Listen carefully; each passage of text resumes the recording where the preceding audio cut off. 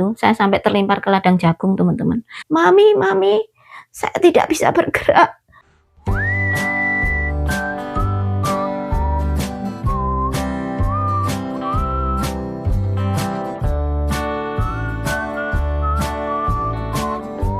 Tralala, trilili, berjumpa lagi.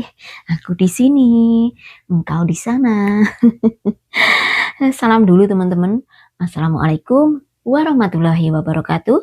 Apa kabar teman-teman semua? Semoga dimanapun kalian berada senantiasa dalam lindungan Tuhan Yang Maha Kuasa. Amin. Nah teman-teman, siang ini kita ngontennya di dalam rumah saja karena cuaca di luar rumah sedang tidak bersahabat. Nah, bahasan apa yang akan kita angkat untuk siang hari ini? Saya akan membahas sesuatu yang ini merupakan permintaan dari salah satu teman kita. Siapa ya? Nah ini teman-teman, dari Mas Dimas Setio. Beliau komentarnya seperti ini teman-teman. Aku ikut prihatin sendiri setelah Mbak Hetty cerita pernah insiden sekeluarga. Terima kasih. Tuhan masih sayang sama keluarga Mbak Hetty. Masih diberikan kesempatan hidup. Dulu kronologinya gimana itu Mbak? Kalau saya boleh tanya. Kalau teman-teman memperhatikan, memang ada beberapa video saya yang saya mention atau saya pernah sampaikan kalau kita ini pernah terlibat dalam kecelakaan yang hampir merenggut nyawa kita sekeluarga, itu di tahun 2021 ya teman-teman.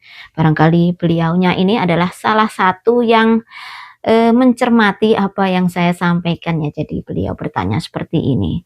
Sebenarnya ini sudah beberapa pekan yang lalu teman-teman, tapi mohon maaf saya baru kali ini saja mengangkatnya atau berusaha membahasnya di sesi seperti ini ya. Untuk kronologinya sendiri, waktu itu bulan Oktober kalau saya nggak salah ya teman-teman, bulan Oktober 2021. Siang itu kita rencananya mau ke kota, formasi lengkap, saya, Pak Wahid, Adel, dan adik-adiknya Virgil dan Sebrinnya, 5 kita berkendara. Yang nyetir waktu itu Adel, umur 16 tahun ya, barusan dapat drive license atau SIM teman-teman ya waktu itu. Tapi kalau Adel ini di insiden ini sebenarnya bukan kesalahan Adel ya. Nah, saya jelaskan di sini. Balik ke poin tadi, kita mau ke kota. Siang itu kita mau ke kota, tujuannya apa? Pak Wahid mau mengambil mobil yang sedang diservis di bengkel teman-teman ya.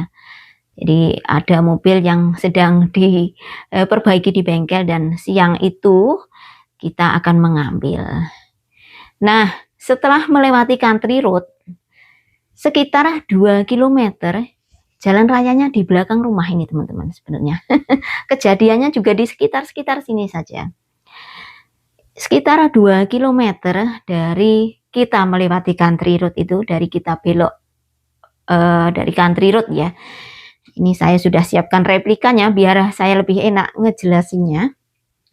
Ini umpamakan saja mobil kita ya teman-teman. Waktu itu kita mengendarai jeep yang tinggi, saya lupa apa jenisnya. Dan ini ada mobil kecil sedan dari arah berlawanan. Seperti ini teman-teman. Nah, ini di posisinya atau di lane-nya, di lane masing-masing ya teman-teman ya. Jadi harusnya seperti ini kalau nggak terjadi kecelakaan. Nah, masalahnya adalah pengendara yang di sini yang mengendarai mobil sedan ini masih 16 tahun ya, seumuran Adel itu. Saya nggak tahu dia itu excited atau gimana, main HP. Pas kejadian itu, kalau saya baca dari police reportnya ya teman-teman, saat kejadian itu HP-nya ini jatuh. Nah, jatuh seperti ini, jatuhnya di kolong apa ya teman-teman ya, jatuh ya jatuh. Nah, dia mengemudi sambil rogoh-rogoh seperti ini loh. Orang mengemudi kalau tangan yang satunya seperti ini kan nggak konsen ya teman-teman, nggak konsentrasi pasti. Mobil yang dia kendarai hampir masuk ke parit. Nah, jadi dari sini tadi masuk ke parit seperti itu. Dia barangkali kaget gitu ya teman-teman ya. Langsung banting setir. Nah, daripada ke parit langsung banting setir. Naasnya pas posisi kita itu di sini. Nah, saat dia banting setir dari sini, banting setir ke sini, kebablasan banting setirnya ke lane kita teman-teman. Jadi seperti ini. Jadi seperti ini, terus banting setir ke sini. Akhirnya apa? Ini mengungkit di antara ban-ban kita, di tengah-tengah seperti ini. Mobil kita Jeep yang tinggi seperti ini. Tuing, tuing, tuing, tuing, tuing, tuing, tuing, tuing, tuing, tuing. Seperti ini posisi mobil kita teman-teman. Kita berlima, 4 dari kita terlempar. Saya, Adel, Virgil, Sebrin sudah terlempar kemana-mana. Sementara Pak White adalah satu-satunya yang hanya setengah badan saja di luar mobil. Sementara setengah lagi termasuk kakinya itu posisinya masih di dalam mobil teman-teman. Jadi pas first respondernya datang, mereka membantu Pak White untuk bisa get out dari mobil kita. Untungnya kok apa teman-teman, kan ada leaking ya, ada kebocoran di pipa bensin, kok nggak meledak teman-teman ya. Untungnya tidak meledak, bukannya kok nggak meledak ya, untungnya alhamdulillahnya nggak meledak. Kalau meledak udah saya nggak tahu, barangkali beda ceritanya teman-teman waktu itu ya. Dan ya itu tadi, Pak White satu-satunya yang terperangkap setengah badan di mobil.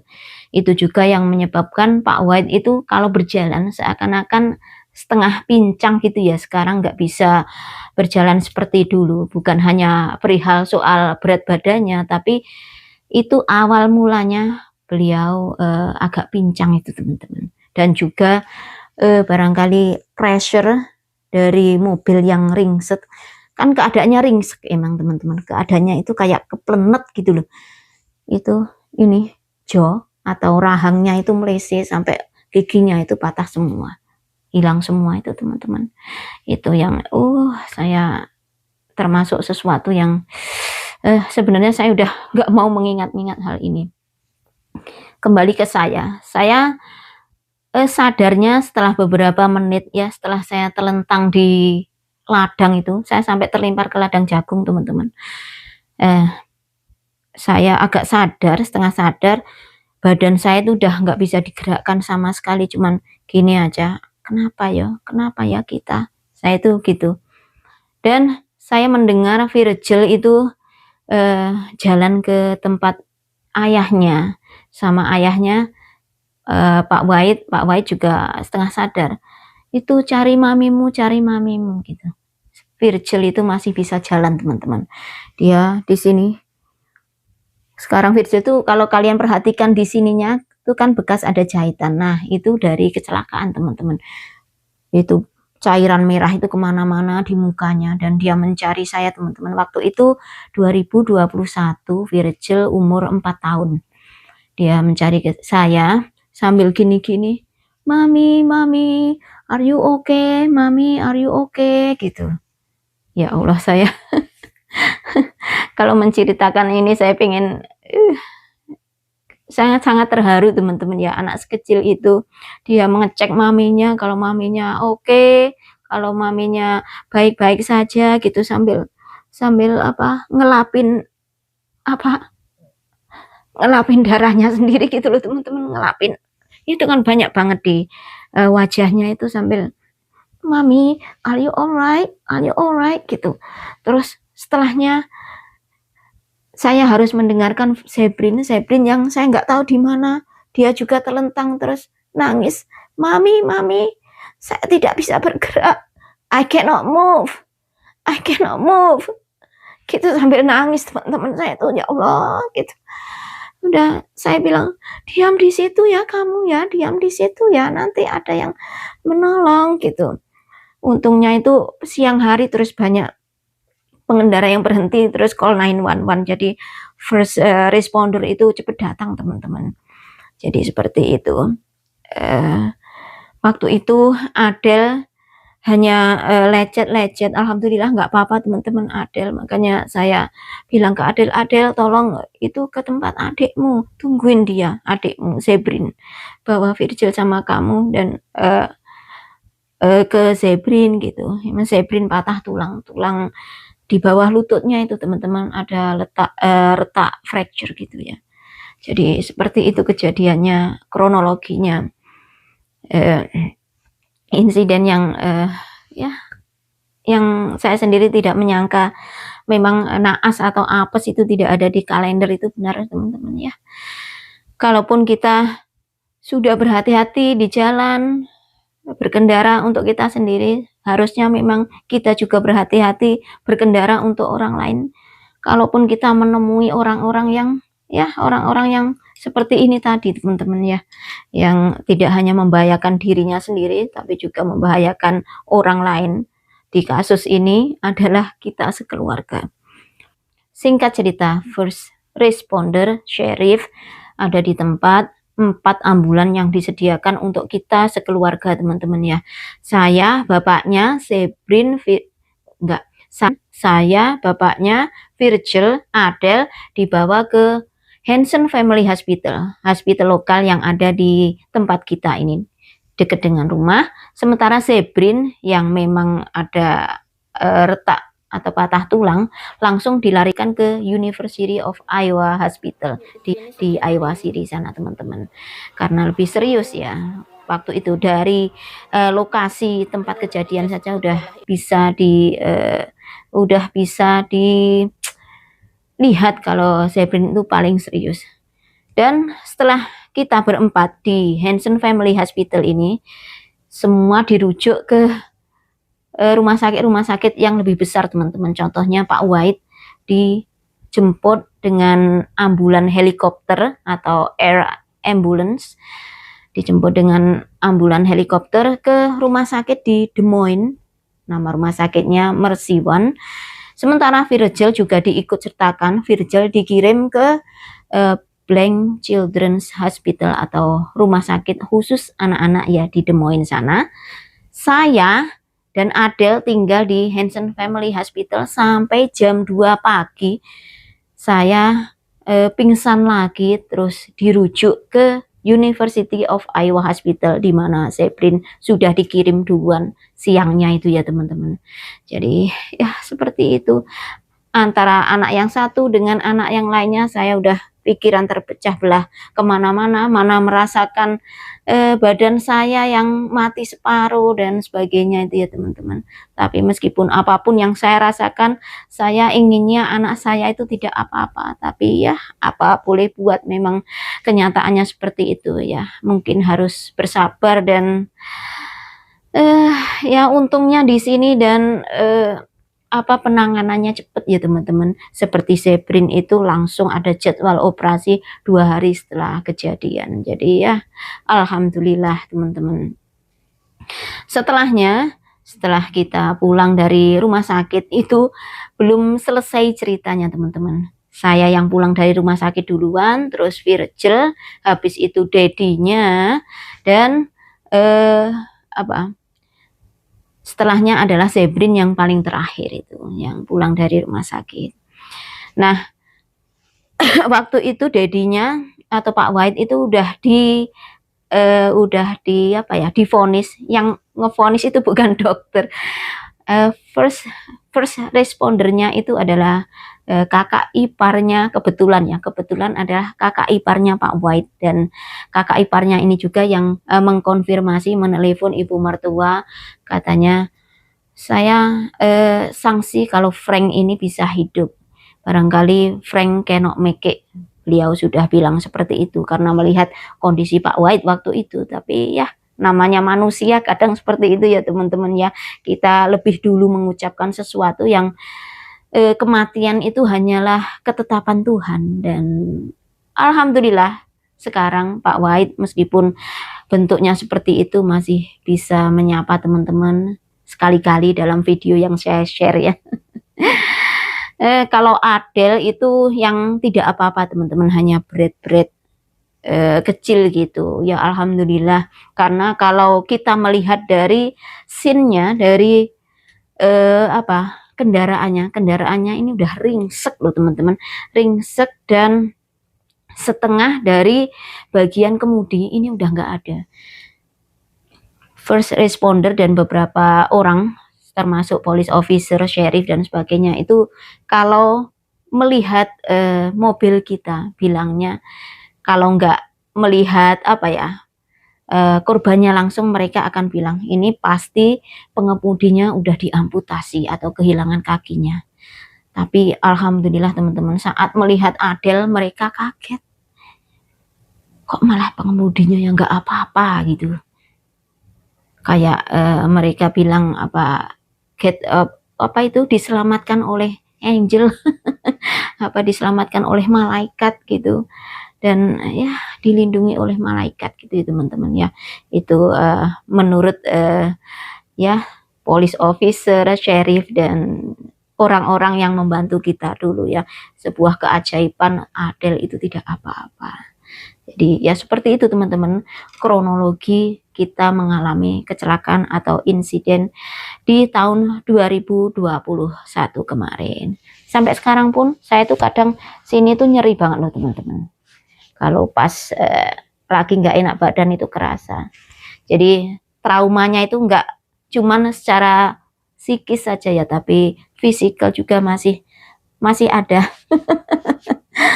Seperti itu.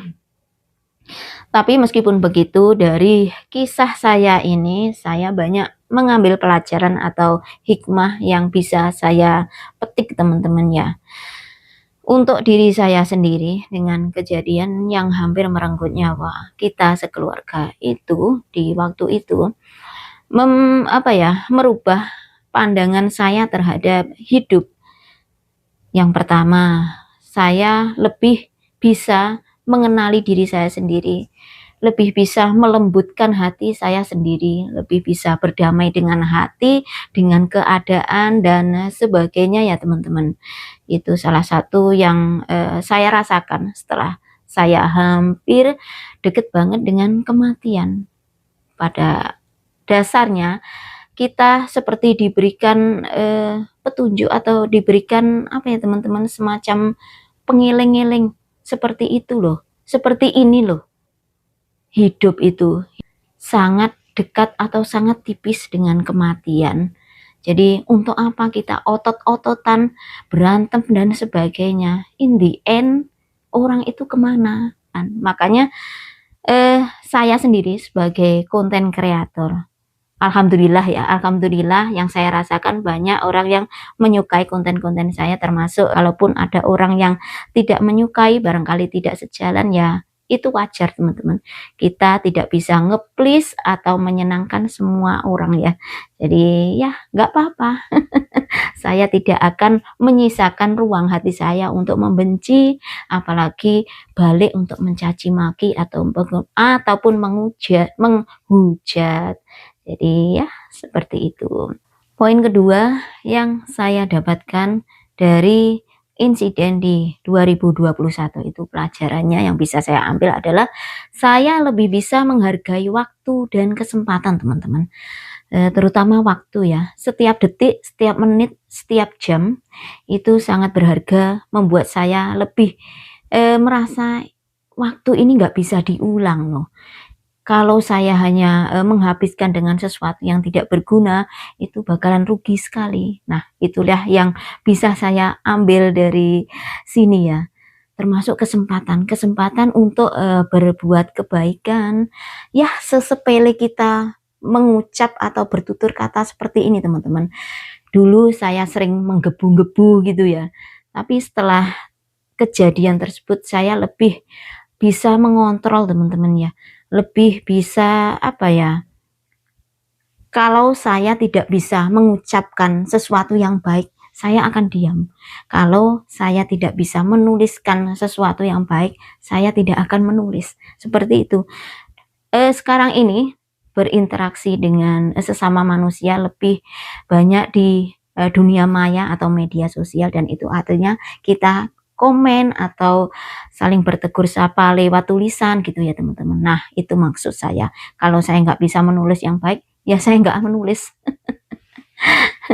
Jadi segitunya ya teman-teman ya, merubah diri saya ini segitunya setelah saya seperti ditempeleng, didekatkan dengan sebuah kematian, membuat saya itu sadar yang dulu menggebu-gebu sekarang lebih apa ya, lebih semeleh, lebih legowo, lebih sabar, lebih ikhlas, lebih memaafkan gitu loh teman-teman ya.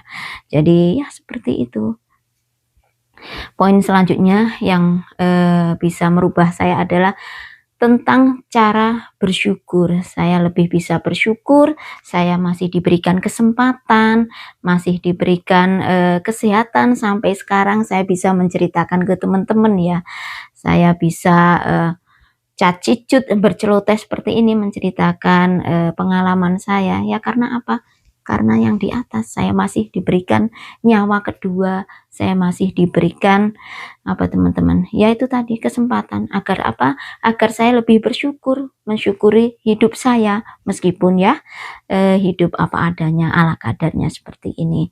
Mensyukuri bahwa saya masih dikelilingi orang-orang terdekat saya, ya suami, ya anak-anak saya, termasuk ya saya bersyukur sekali dikelilingi orang-orang baik seperti teman-teman sekalian yang selalu menemani kita di sini. Jadi ya bisa dibilang lebih bisa menghargai bahwa begitu berharganya orang-orang terdekat yang ada di kehidupan kita, seperti itu ya teman-teman ya. Coba kalau kita sudah tiada, bagaimana gitu. Ataupun kalau mereka tidak ada, kita bagaimana ke depannya gitu teman-teman. Nah, selanjutnya poin keempat, barangkali ini tadi saya nggak tahu poin keberapa, karena banyak banget pelajaran yang bisa saya dapatkan dari insiden di 2021 itu, termasuk saya lebih bisa mengevaluasi diri saya, mengenali diri saya sendiri, dan cenderung tidak peduli dengan aib orang lain ya teman-teman ya. Seperti misalnya kalau ada pemberitaan sekarang yang sangat panas-panasnya ya perselingkuhan dan sebagainya. Saya sendiri korban dari perselingkuhan, tapi saya tidak pernah menghujat pelakor ataupun siapapun yang telah merebut mantan suami saya yang dulu teman-teman. Saya tidak pernah menghujat, dari dulu pun saya tidak menghujat. Makanya kalaupun ditanya dengan berita yang terhot atau terviral sekarang tentang perselingkuhan bla bla bla, apakah Mbak Eti ada komen? No comment, saya nggak peduli, itu aibnya dia. Saya nggak mau terbeban dosa, ikut-ikutan komen, ikut-ikutan menghujat, ikut-ikutan sharing ataupun menebar buah dosanya ya teman-teman. Bukan saya ini orang baik, bukan saya ini orang suci, justru karena saya merasa saya ini belum menjadi baik, justru karena saya merasa saya ini bukan orang yang suci, saya tidak mau terbeban dosa lagi teman-teman. Dosa saya sudah cukup banyak, saya nggak mampu menanggung beban dosa dari orang-orang yang saya hujat ataupun saya maki-maki. Makanya itu saya lebih bisa mengontrol diri untuk tidak peduli dengan aib orang lain.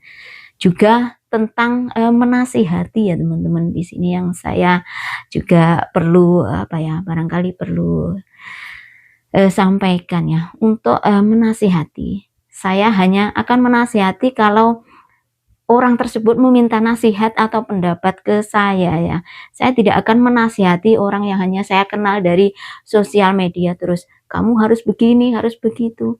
Saya nggak tahu seperti apa the real kehidupannya 24 jam dengan kehidupannya. Yang dipertontonkan di sosial media barangkali hanya kesekian persennya saja, dan kalau saya menasihati nanti saya takutnya malah saya cenderung menghakimi.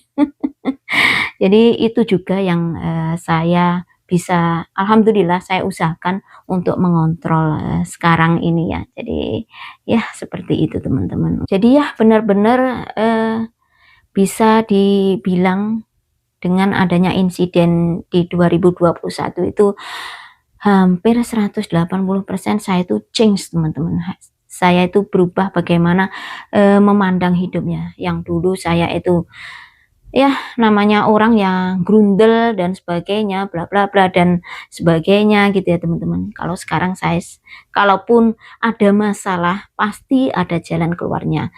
Tidak Allah mengirimkan masalah ke kita kalau kita tidak mampu menyelesaikannya ya teman-teman. Tentu ada jalan keluarnya dan alhamdulillah Pak Wahid itu juga good partner.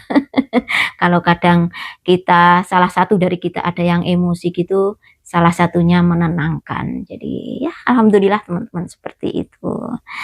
Banyak ajaran agama yang menekankan bahwa kematian bukan akhir dari segalanya, tetapi merupakan pintu ke kehidupan yang abadi, termasuk akidah yang saya anut teman-teman.